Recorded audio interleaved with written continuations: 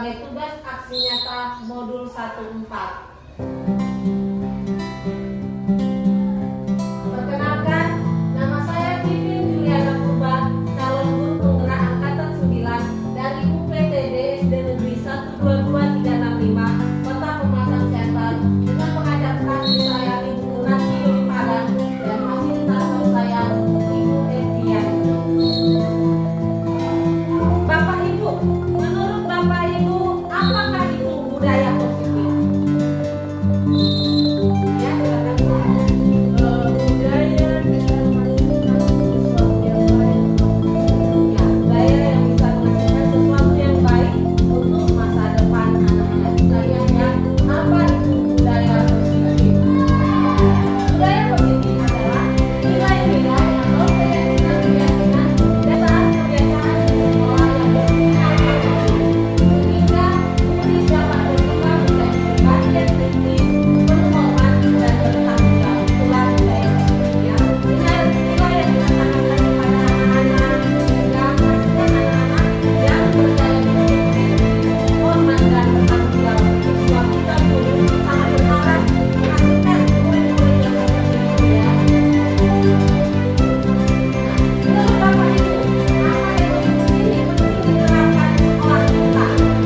ini penting diterapkan di sekolah kita? Sangat penting, ya. Sangat penting diterapkan di sekolah kita karena dengan kita memahami budaya positif dapat menumbuhkan motivasi prinsip atau motivasi diri dalam diri kita sendiri. Bukan hanya kita sebagai guru saja, tetapi kita perlu mengetahui dan menyebarluaskan budaya positif kepada murid-murid, kepada seluruh pelajar sekolah, khususnya kepada murid agar menjadi murid yang bertanggung jawab, paham, ya, mandiri sesuai dengan profil pelajar Pancasila, ya. Disarankan diwajibkan supaya anak-anak bisa menjadi anak yang berprofil pelajar Pancasila. Konsep inti budaya positif yang akan kita pelajari yaitu perubahan paradigma belajar. Kemudian disiplin positif, nilai-nilai kebutuhan dasar manusia, motivasi perilaku manusia, posisi kontrol, keyakinan kelas, segitiga restitusi. Nah, keempat elemen inilah yang akan kita pelajari dalam konsep inti budaya positif. Pembelajaran dengan paradigma. Pembelajaran dengan paradigma baru merupakan pembelajaran yang dirancang berdasarkan prinsip pembelajaran berdiferensiasi sehingga para peserta didik belajar sesuai kebutuhannya berdasarkan tahap perkembangan sesuai teori psikologi modern untuk mewujudkan profil pelajar Pancasila. Nah, Bapak Ibu, siapa yang sudah mengetahui tentang profil pelajar Pancasila? Apa saja yang termasuk dalam profil pelajar Pancasila? Kira-kira Beriman dan bertakwa. Ya, beriman dan bertakwa, Ramah mulia. Kebijakan global, gotong royong, mandiri, kreatif. nalar kritis, mandiri, kreatif. Ya, kita lihat di sini, ya.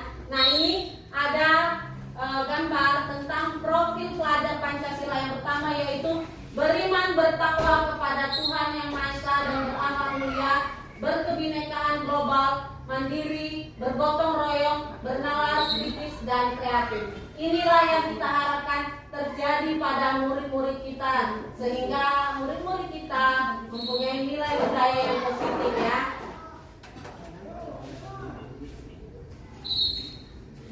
Nah, ketika kita memiliki sesuatu yang berharga dalam kepalan tangan kita, apakah kita akan membuka kepalan tangan kita ketika seorang teman membujuk kita, merayu kita, memarahi kita, mengintimidasi kita, atau bahkan memberikan uang kepada kita untuk membuka kepalan tangan kita? Menurut Bapak Ibu, apakah kita akan membuka kepalan tangan kita atau kita akan tetap mempertahankan kepalan tangan kita ini? Menurut Bapak Ibu, apa yang akan terjadi? Apa yang akan terjadi? Apakah kita akan membuka kepalan tangan kita atau kita tetap mempertahankannya. Kenapa Bapak Ibu? Karena itulah harga diri kita, nggak usah dijual. Karena Harga diri. harga diri kita, ya. Karena sesuatu yang kita kupas ini sangat berharga, sehingga kita tidak akan membuka kepalan tangan kita. Kita akan tetap mempertahankannya. Nah, ini kita lihat ya. Apakah Anda atau B membuka kepalan tangan Anda? Mengapa? Apa alasan Anda atau B membuka kepalan tangan Anda? Kemudian, apakah Anda atau B menutup kepalan tangan Anda? Mengapa? Apa alasan Anda atau B tetap menutup kepalan tangan Anda? Dalam kegiatan ini sesungguhnya siapa yang memegang kendali atau kontrol untuk membuka atau menutup kepalan tangan? Nah, seperti tadi ya, walaupun ada teman kita atau kawan-kawan kita berusaha membujuk kita untuk membuka kepalan tangan kita, tapi jika tidak ada niat kita untuk membuka kepalan tangan kita ini tidak akan kita buka.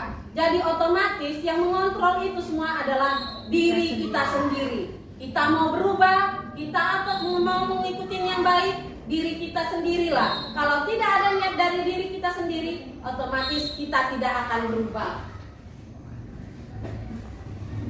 Nah, ada beberapa miskonsepsi tentang teori kontrol. Kita sebagai guru menganggap bisa mengontrol murid-murid kita, padahal sebenarnya tidak bisa. Maka ini adalah miskonsepsi atau ilusi belaka sebagai contoh. Selama ini kita beranggapan bahwa kita bisa mengontrol murid kita ya, ilusi guru mengontrol murid. Misalnya Bapak Ibu meminta murid untuk melakukan sesuatu, selama ini dia sudah berbuat buruk. Ibu meminta dia untuk berbuat baik dengan memarahi dia atau mengancam dia. Mungkin pada saat ibu membujuk dia, mengancam dia, anak tersebut akan berubah. Tetapi setelah beberapa hari, beberapa saat, dia akan melakukan hal yang dia berbuat yang tidak baik itu. Karena kenapa? Karena tidak ada motivasi dari anak tersebut untuk berubah. Jadi inilah ilusi guru mengontrol murid. Selama ini kita beranggapan sudah bisa kita merubah anak-anak itu, tetapi pada dasarnya dia tidak berubah. Dia akan melakukan perbuatan buruk tersebut lagi. Kemudian miskonsepsi tentang teori kontrol yang berikut adalah ilusi bahwa semua penguatan positif efektif dan bermanfaat. Nah, ketika anak-anak berbuat salah, kita juga mau merayu dia, membujuk dia untuk berbuat baik. Itu juga sudah kita lakukan ya Bu, melakukan perbuatan yang positif ya, perspektif positif, merayu dia, jangan salah seperti ini. Nah, itu juga bisa mempengaruhi anak-anak pada saat tersebut. Tetapi setelah dia melakukan, dia mungkin takut dimarahin ibunya, ibu gurunya. Setelah itu berlalu, dia akan melakukan lagi hal yang buruk karena tidak ada timbul dari dirinya untuk berubah atas kesadaran. Seperti kita lah, kadang kalau ada kepala sekolah kan, kita rajin cep-cep-cep, nggak datang kepala sekolah. Pada hari ini misalnya nggak datang kepala sekolah, otomatis kita maunya datang terlambat kadangkala. Seperti itu juga lah murid-murid ini. Nah, miskonsepsi tentang teori kontrol yang berikutnya yaitu ilusi bahwa kritik dan membuat orang merasa bersalah dapat menguatkan karakter. Ini juga sering kita lakukan ya Bapak Ibu. Ketika anak berbuat salah, kita sering menganggap anak-anak itu untuk merasa bersalah. Seperti kalau murid saya kan, yang selama ini Ibu tahu, yang kita kasus, saya mengingatkan dia, udah kasihan kau sama orang tua kau berbuat ini. Nah, itu kan kita sudah membuat dia merasa bersalah. Itu sebenarnya tidak baik ya Bapak Ibu. Mungkin saat itu dia bisa berubah, tapi dia akan kembali lagi seperti perbuatannya. Karena dia hanya takut sementara, takut saja. Takut kalau dipukul sama guru. Ada rasa ketidaknyamanan ketika melakukan hal yang tidak diinginkan guru. Jadi belum termotivasi dari diri sendiri. Nah, miskonsepsi yang berikutnya yaitu ilusi bahwa orang dewasa memiliki hak untuk memaksa. Kita sebagai guru tentu lebih dewasa dari anak murid kita ya. Nah, kita menganggap bahwa kita sebagai orang dewasa berhak untuk memaksa, padahal sebenarnya tidak boleh. Jadi kita tidak boleh memaksa kehendak kepada murid, karena yang bisa mengubah diri kita adalah kita sendiri. Nah, kita tidak bisa memaksakan kehendak kita kepada murid kita. Kita paksa pun mereka, tentu saat itu mereka berubah, tetapi tidak ada motivasi dari diri mereka sendiri. Tidak ada niat mereka berubah, ya tetap mereka akan melakukan seperti itu lagi. Seperti datang terlambat. Kalau tidak ada niat mereka untuk berubah, untuk tidak datang terlambat, mereka akan tetap datang terlambat. Mungkin hari ini dinasehatin, besok tidak datang terlambat, tapi besoknya pasti terlambat lagi. Itulah dilakukan berulang-ulang kali. Perubahan paradigma stimulus respon teori kontrol. Ini ada beberapa stimulus respon dan teori kontrol yang dapat kita lihat pada tabel ini, yaitu realitas berdasarkan stimulus respon, realitas kebutuhan kita sama. Ini ya, berdasarkan stimulus respon. Tetapi berdasarkan teori kontrol, realitas atau kebutuhan kita berbeda. Ya tentu ya Bu, setiap orang lain-lain kebutuhannya. Selama ini kita menganggap kebutuhan kita sama, kebutuhan anak-anak itu sama ya, kebutuhan murid-murid itu sama. Padahal sebetulnya kebutuhan mereka berbeda, karena setiap anak berbeda ya.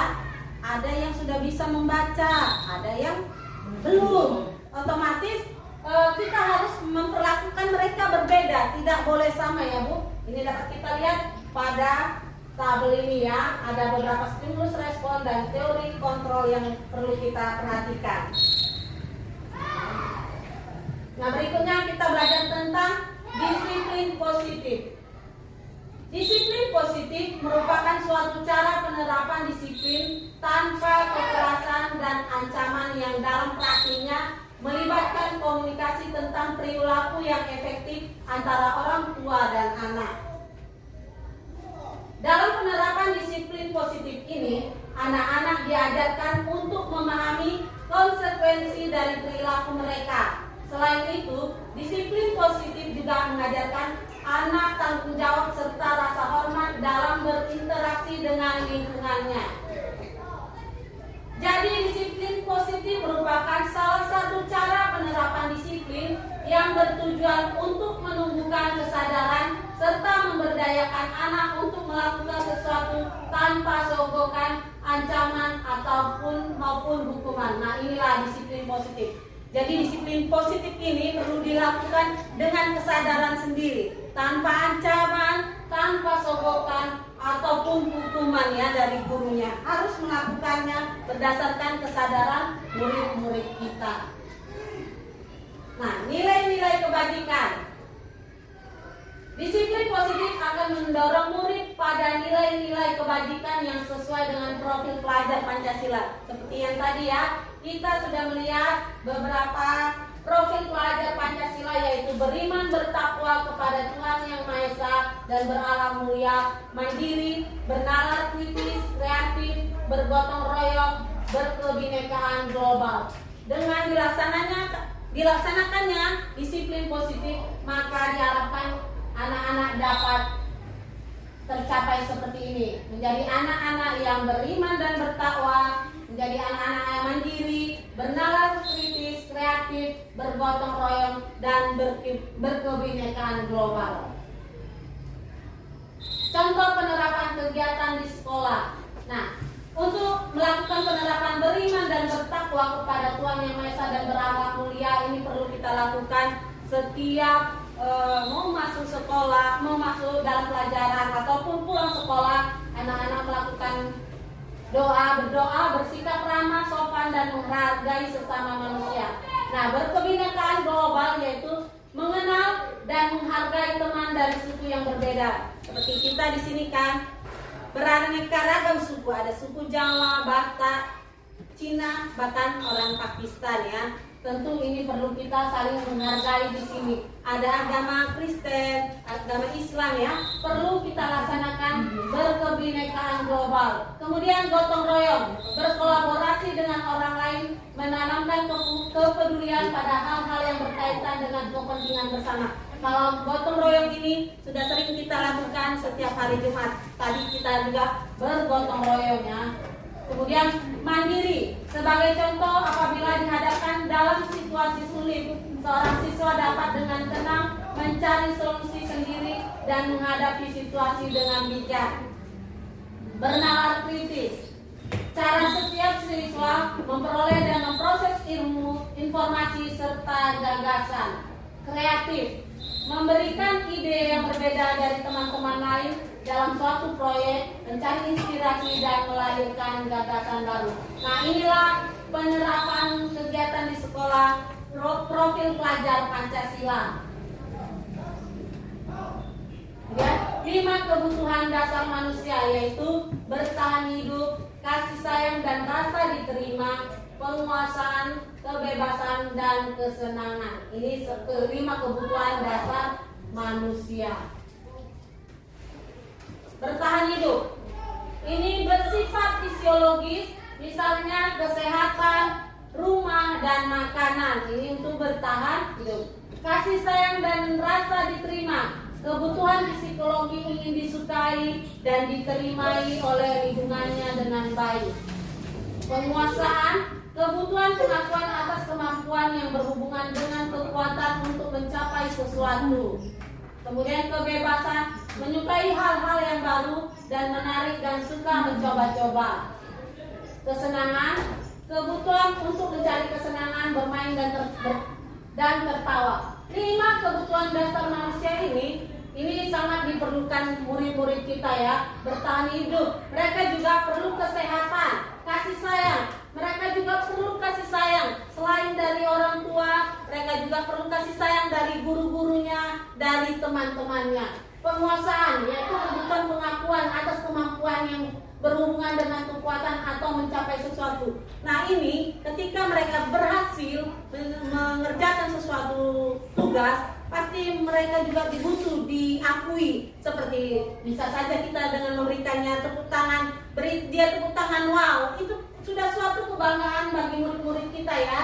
Kemudian kebebasan, menyukai hal-hal yang baru dan menarik dan suka mencoba-coba. Apalagi seorang anak-anak ya, mereka tidak akan suka yang monoton, ingin hal-hal yang baru, mencari hal-hal yang baru ya. Kemudian kesenangan, nah ini juga diperlukan seorang murid ya, kesenangan bermain dan tertawa bersama teman. 3 motivasi perilaku manusia, yaitu pertama, untuk menghindari ketidaknyamanan atau hukuman, untuk mendapatkan imbalan atau penghargaan dari orang lain, kemudian untuk menjadi orang yang mereka inginkan dan menghargai diri sendiri dengan nilai-nilai yang mereka percaya. Nah, ketiga motivasi perilaku manusia ini ada yang termasuk kebutuhan internal dan maupun eksternal. Nah, yang termasuk motivasi eksternal yaitu untuk menghindari ketidaknyamanan atau hukuman, kemudian untuk mendapatkan imbalan atau penghargaan dari orang lain. Nah, ini motivasi yang berasal dari luar yang diinginkan oleh anak-anak ya, penghargaan, menghindari ketidaknyamanan atau hukuman. Tentu anak-anak tidak ingin dihukum. Ini ya motivasi dari eksternal. Kemudian motivasi dari internal yaitu untuk menjadi orang yang mereka inginkan dan menghargai diri sendiri dengan nilai-nilai yang mereka percaya. Inilah yang sebenarnya sangat penting, paling penting. Motivasi internal yaitu motivasi dari diri sendiri. Tanpa ini semuanya tidak akan berguna, akan sia-sia. Dari diri sendiri inilah motivasi yang paling penting. Teori motivasi, hukuman dan penghargaan restitusi. Motivasi perilaku manusia, hukuman dan konsekuensi restitusi.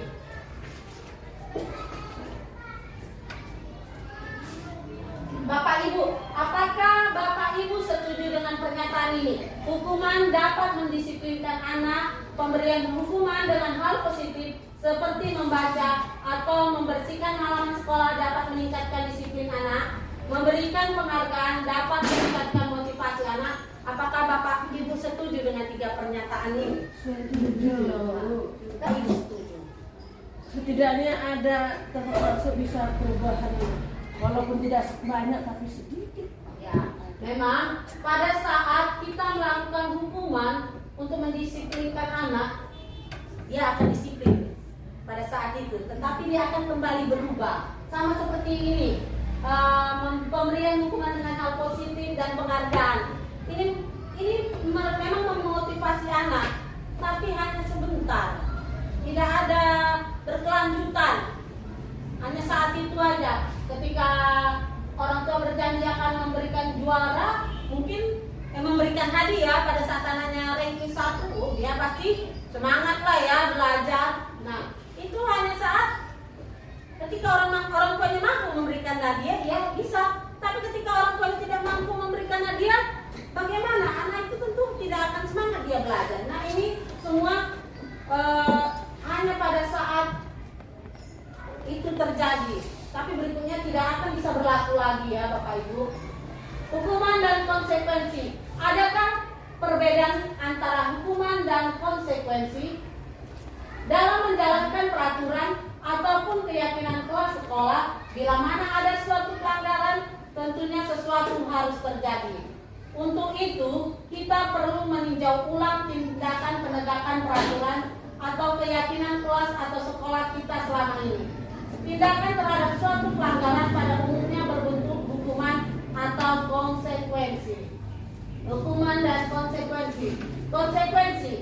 Konsekuensi merupakan akibat langsung dari suatu perbuatan yang dilakukan.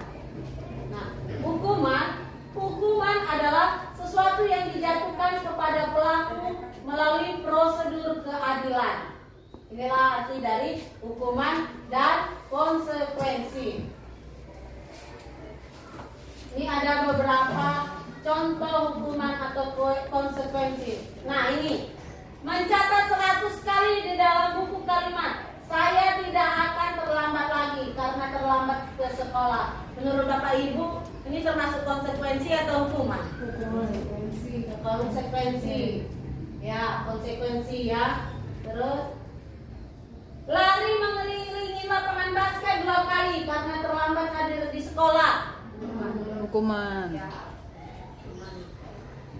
Nah, ini membersihkan coretan yang dibuatnya di meja tulis. Konsekuensi. Hukuman atau konsekuensi? Konsekuensi. Ya, tadi ya, konsekuensi ya. Berdiri di depan kelas sambil mengangkat kaki 1 karena tidak bisa menjauh tangan. Iya, ini masih ada tidak Bapak Ibu yang melakukan ini karena tidak mengerjakan PR, dihukum anak-anaknya. Kayaknya nggak ada. Nggak ada lagi ya sekarang ya. Sudah dilarang oleh pemerintah ya. Nggak mungkin lah kayak gitu. Zaman kita dulu bisa gitu. Iya, kita dulu ya. Dulu memang ada. Iya. Terus murid diminta bertelanjang kaki sepanjang hari karena tidak menggunakan sepatu warna hitam sesuai peraturan sekolah. Ini termasuk hukuman atau konsekuensi? Konsekuensi. Hukuman atau konsekuensi? Hukuman ya. Karena melanggar peraturan dia ya dihukum tidak memakai sepatu. Membersihkan tumpahan air di meja tulis karena tersenggol pada saat belajar. Konsekuensi. Ya, konsekuensi. Inilah perbedaan antara hukuman atau konsekuensi. 5 posisi kontrol. Nah, dalam melaksanakan tugas ada 5 posisi kontrol yang dimiliki oleh seorang guru, yaitu penghukum, pembuat rasa bersalah, teman, pemantau, dan manajer. 5 posisi kontrol ini mungkin sudah sering kita lakukan di kelas ya, terutama penghukum ya. Kita akan lihat sebenarnya posisi yang mana yang bagus kita terapkan di kelas. Ini ada contoh posisi penghukum.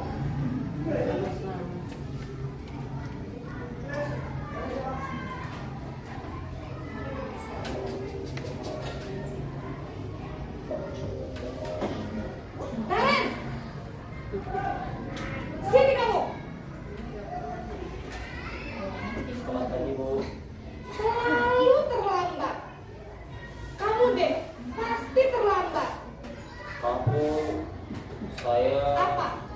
Apa coba? Alasan kamu apa lagi? Kapan sih kamu tidak terlambat?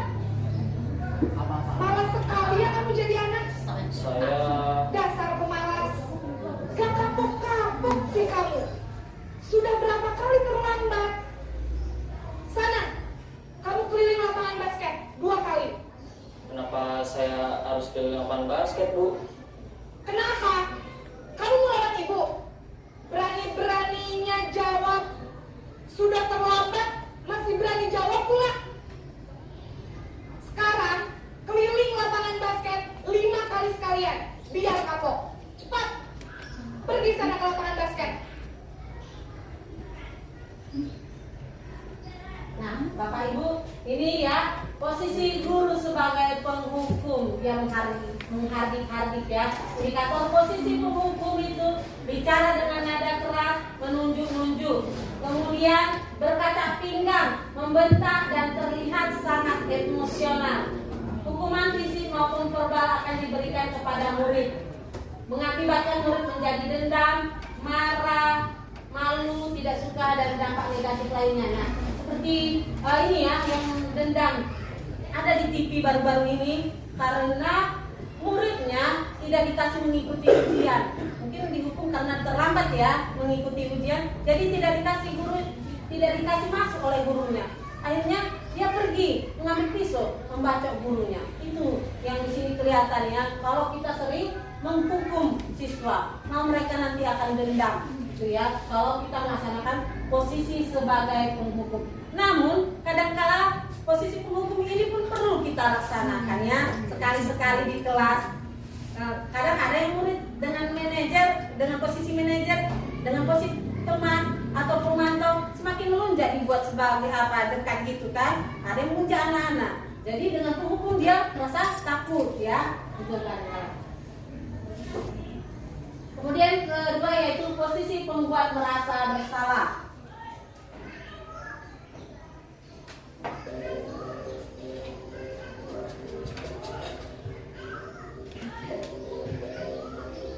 Naren!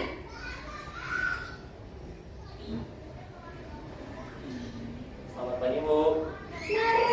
Naren, kamu kenapa terlambat lagi, nak? Ya Tuhan, Naren, kamu senang ya bikin ibu susah ya? Kalau kamu terlambat lagi, nanti ibu yang ditegur bapak kepala sekolah, nak. Disangka ibu tidak bisa membina kamu.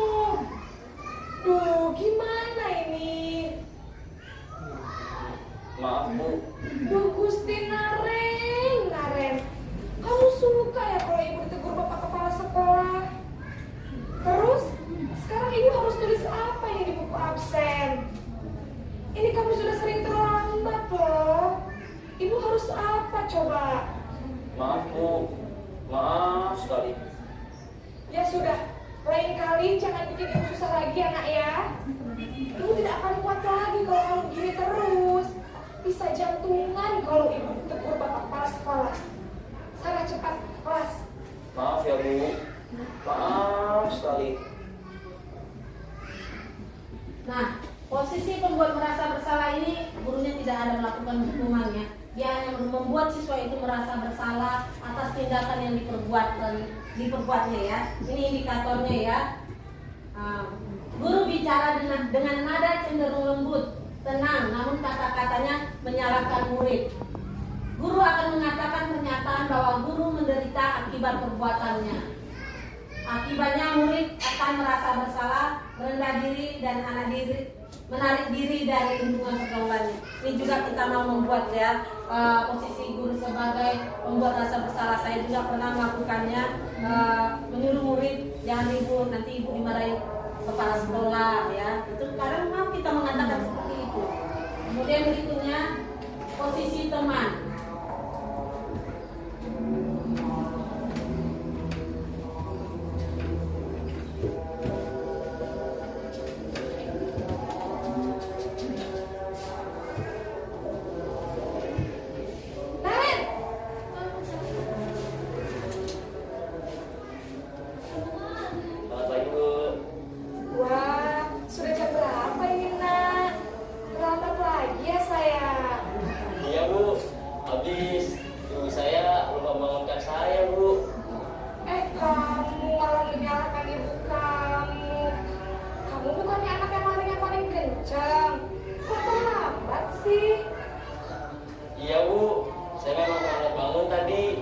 Jadi biarpun saya lari kencang, tetap jangan kencang Bu.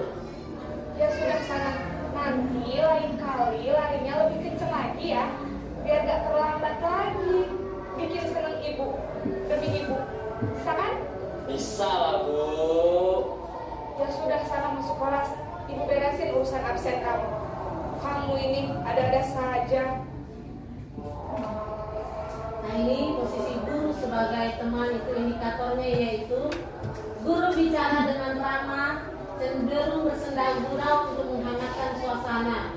Kemudian tercipta hubungan yang akrab, namun menyebabkan murid tergantung pada satu orang atau ketergantungan, tidak mandiri dan tidak bisa berpikir untuk dirinya sendiri. Apalagi ini kalau ada seorang murid yang akrab dengan seorang guru, dia nanti yang pikir ibu ini tenang aja lah, pasti tidak akan dimarahi. Itu dia, jadi ketergantungan dia dengan guru tersebut. Berikutnya posisi sebagai pemantau.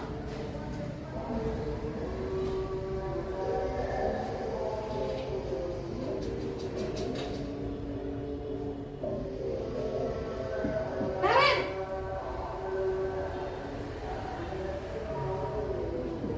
Selamat pagi Bu. Naren, apa peraturan sekolah kita tentang jam berapa kita harus masuk sekolah, Nak? Kita harus di sekolah jam 7 Bu. Iya betul, sekarang sudah jam 7.20.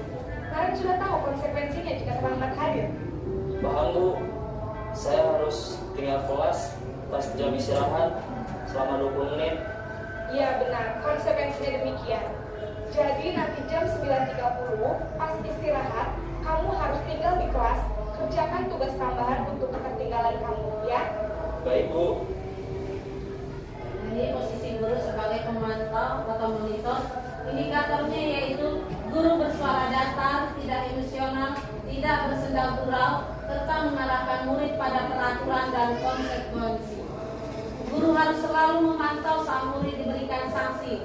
Akibatnya, murid mematuhi peraturan karena menghindari konsekuensi dan ingin mendapatkan reward atau penghargaan saja, bukan karena kesadaran diri. Ini dia posisi sebagai pemantau. Yang terakhir yaitu posisi sebagai manajer.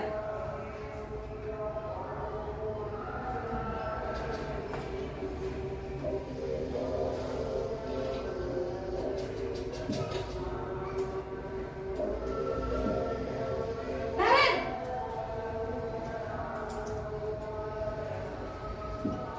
Selamat pagi Bu. selamat pagi Naren. Maaf Bu, saya terlambat. Iya, sekolah masuknya jam 7, sekarang sudah jam 7.20. Jadi sekarang bagaimana nih Naren? Maaf Bu, saya lupa setel alarm saya semalam. Baiklah, menurut kamu, keyakinan sekolah yang mana yang perlu kamu tingkatkan? Menghargai diri sendiri dan orang lain mungkin ya Bu. Setuju. Jadi, apakah Naren meyakini prinsip saling menghormati tersebut? Iya Bu, saya meyakininya.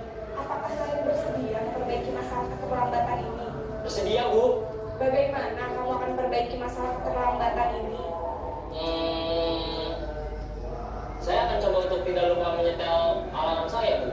Baik, kalau Naren lupa minta alarm di rumah, ada orang yang kira-kira bisa bantu mengingatkan tidak? Ada Bu, kata saya, Kak Emma. Ada lagi selain Kak Emma? Selain Kak Emma, ada ibu saya. Baik, jadi yang mengingatkan Naren adalah Kak Emma dan ibu kamu ya. Kira-kira akan mulai start alarm kapan nih Naren? Setelah pulang sekolah, akan segera saya lakukan. Baik, jadi Naren akan setel alarm untuk bangun besok pagi dan akan diingatkan oleh kakak dan ibunda Naren ya. Ada lagi yang mungkin perlu dilakukan Naren agar tidak terlambat bangun lagi? Tidak ada Bu. Baik Naren, terima kasih untuk kerjasama kamu. Sekarang kamu perlu kembali ke kelas untuk belajar. Baik Bu, terima kasih. Nah, posisi manajer inilah yang diharapkan bisa dilakukan oleh seorang guru ya.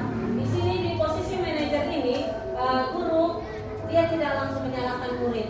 Nah, dia meminta murid untuk mengatakan apa kesalahan yang dilakukannya. Kemudian guru juga meminta murid untuk mencari solusi atas kesalahan yang dilakukannya ya. Jadi kita lihat indikator apa saja yang diadakan oleh posisi manajer, yaitu guru bersuara netral, tidak bernada tinggi, tidak emosional, dan juga tidak terlalu ramah. Kemudian guru dengan tulus mengajukan pertanyaan-pertanyaan bermakna yang akan membuka pikiran murid. Dan terakhir, guru membimbing murid untuk memecahkan masalahnya sendiri. Akibatnya murid menjadi mandiri, bertanggung jawab, dan dapat memecahkan masalahnya sendiri. Seperti contoh tadi, gurunya bertanya kepada Sinaren apa solusinya, yaitu menghidupkan alarmnya. Siapa yang mengingatkan, yaitu kakak dan orang tuanya. Itu dia solusi dari murid tersebut sendiri.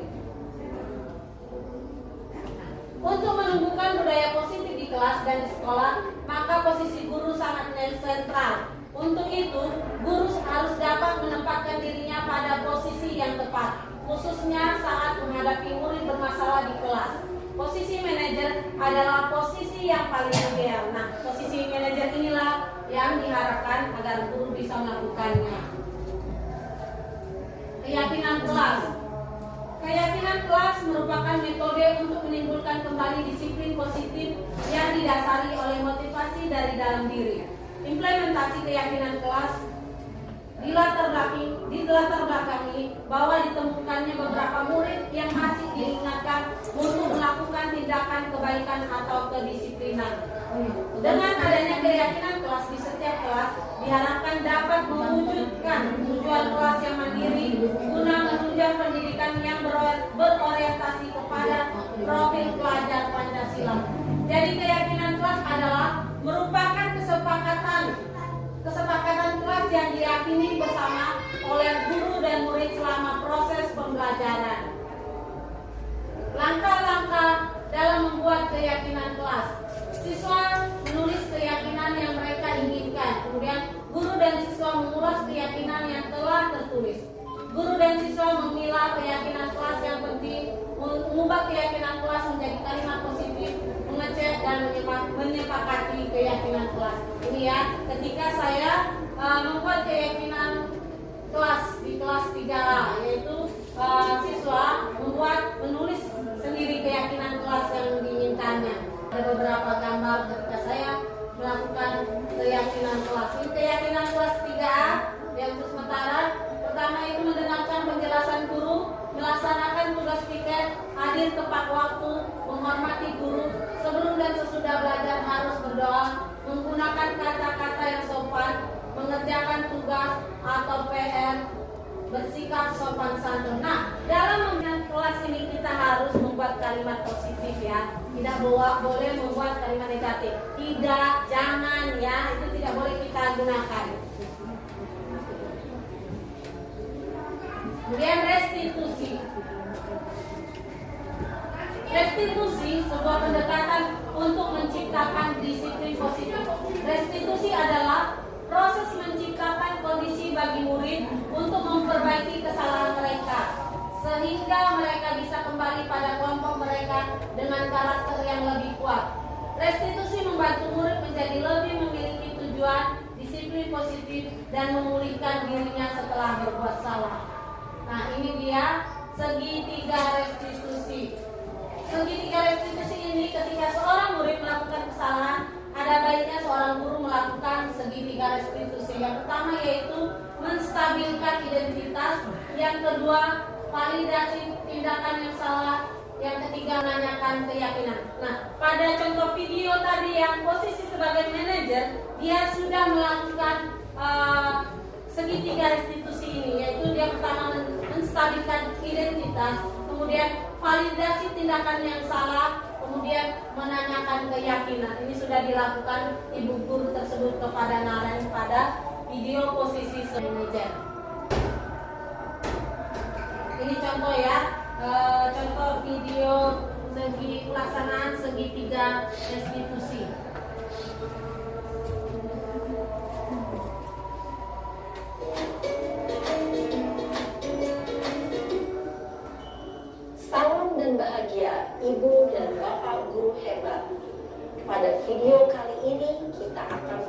membahas tentang salah satu program disiplin positif yang diterapkan di lingkungan sekolah yang dikenal dengan nama restitusi.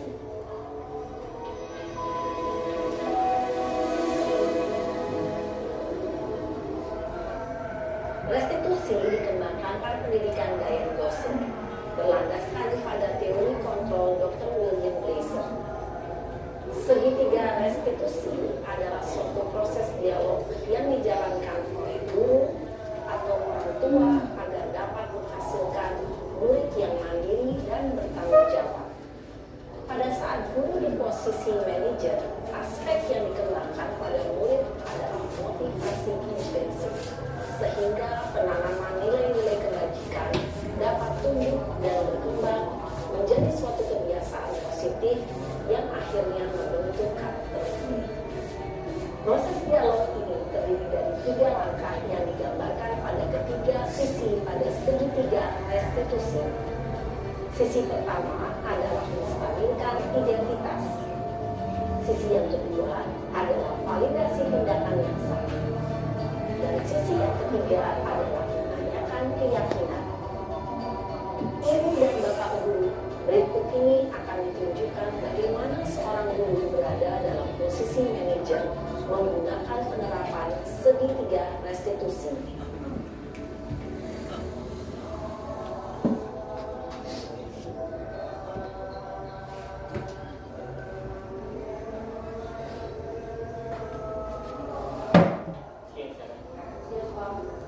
Sudah lama nggak ketemu Sarah? Kenapa hari ini ada di sini? Kesel Pak, kesel banget. Masa aku dikatain kurang pintar Pak? Ya aku marah lah. Aku baru dikatain Eka di depan kelas. Kesel banget. Oh begitu. Ya pasti kamu marah dan kesal. Bapak juga akan marah apabila ada yang menuntut Bapak seperti itu. Kemudian pada saat itu kamu mau melakukan apa? Saya langsung ngatain Eka lah Pak. Kesel banget. Saya detak-detak dia di depan teman-teman lain. Oh begitu. Pasti kamu melakukan seperti itu karena suatu alasan tertentu kan? Iyalah, masa saya diam saja Pak. Ya saya bela diri lah. Masa saya dituduh tukang fitnah? Ya wajar lah. Mempertahankan harga diri itu sesuatu yang penting buat kamu. Untung kamu tidak berpikir lebih gegabah lagi. Hanya menggetarkan kamu. Iya Pak. Untung saya masih bersabar dan hanya menghadap saja. Udah gemes padahal. Saya pasti bela diri lah. Ya pasti ya. Tapi kamu memilih untuk tetap bertahan dan bersabar. Kamu memilih untuk tidak berbuat lebih parah lagi kan?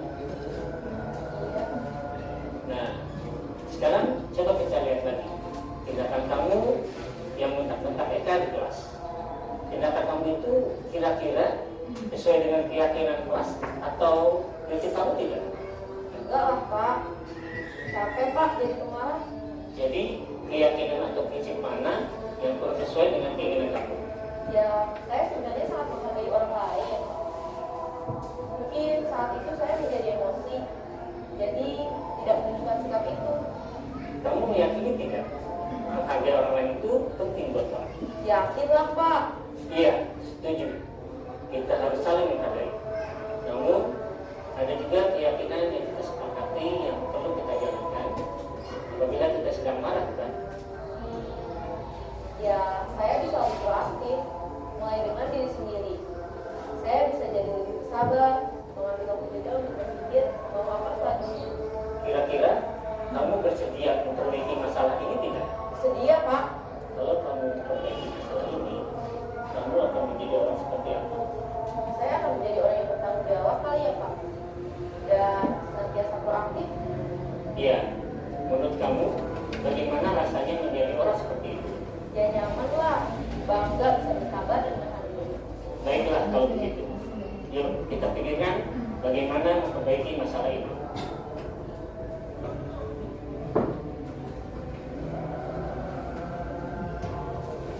Itu ya contoh Bapak guru hebat. ketiga restitusinya.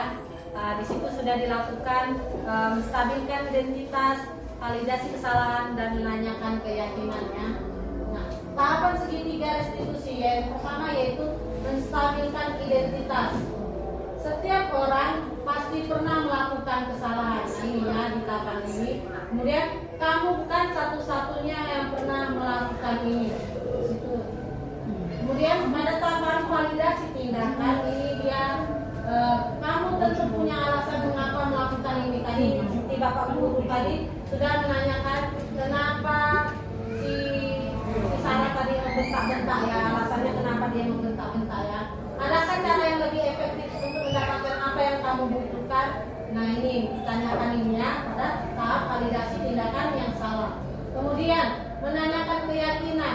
Nah pada saat menanyakan keyakinan kelas apa yang telah kita sepakati, ini seorang guru akan menanyakan ini.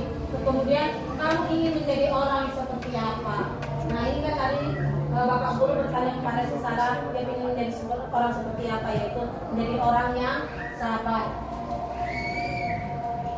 Sampai di sini kira-kira adakah yang mau ditanyakan oleh Bapak Ibu Guru? Oke. Terima kasih atas kesempatannya. Sekian dan terima kasih.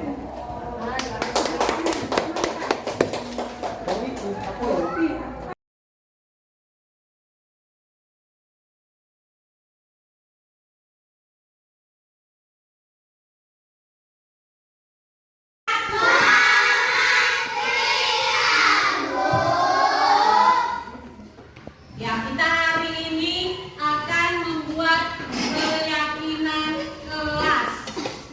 Ada yang tahu apa itu keyakinan kelas? Contohnya,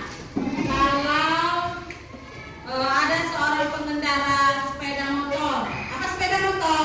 Kereta. Ya. Itu dia memakai helm. Ya kan? Memakai helm itu apa itu? Biar apa dia memakai helm? Kena razia itu apa itu? Peraturan ya kan? Tidak kena tangkap. Terus lain tidak kena razia apa? Ya, aman. Selamat ya kan? Kalau ada kecelakaan tidak terlanjur kepalanya ke aspal, tapi helmnya ada ya. Nah, kepercayaan kita tentang aman, tidak kena razia itu ada namanya keyakinan. Selain dinamakan keyakinan itu juga dinamakan peraturan. Nah, untuk kelas kita ini supaya kita enak belajar, tentram, aman, perlu kita buat keyakinan kelas. Contohnya siapa tahu ada keyakinan kelas apa yang perlu kita buat di sini?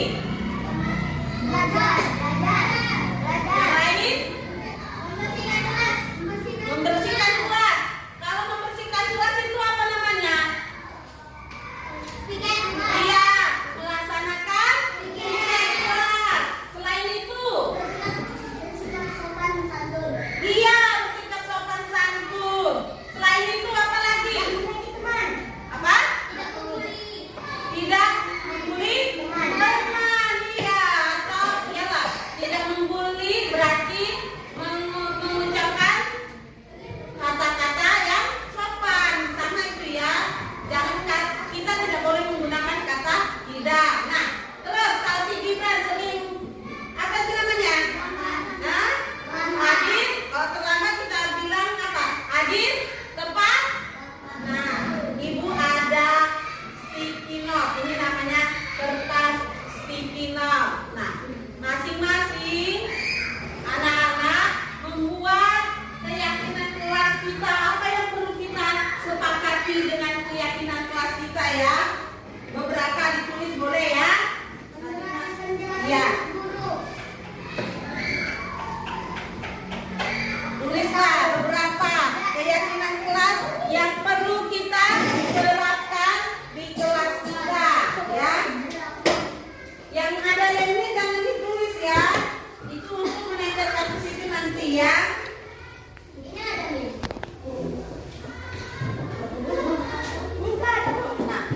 Nah, ada lemnya.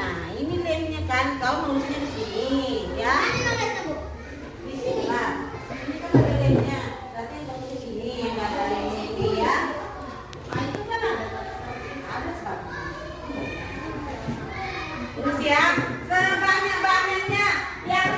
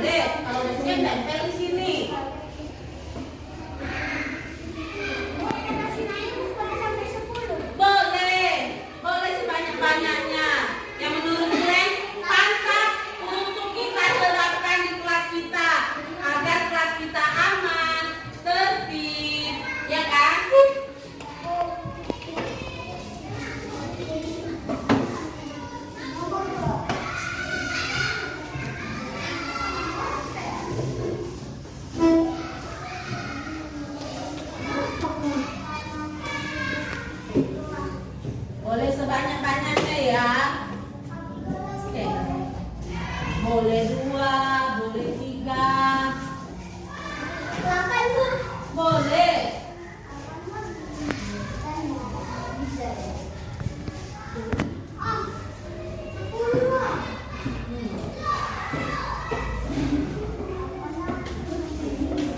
Atau masing-masing satu saja lah, satu.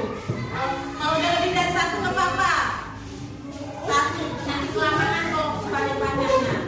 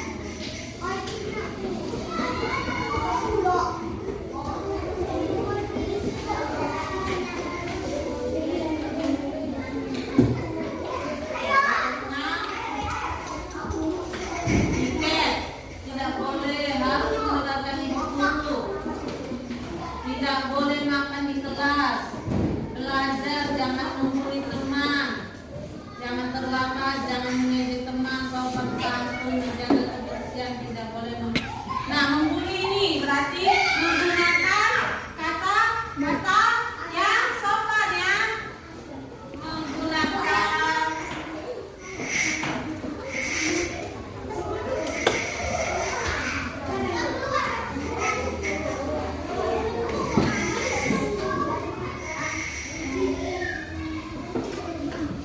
berikutnya doa. Oke. Datang untuk menjaga ketertiban dan teratur tepat waktu, bersikap sopan santun, tepat melaksanakan tugas. Nah, melaksanakan tugas ini berarti bisa saja mengerjakan PR, ya kan?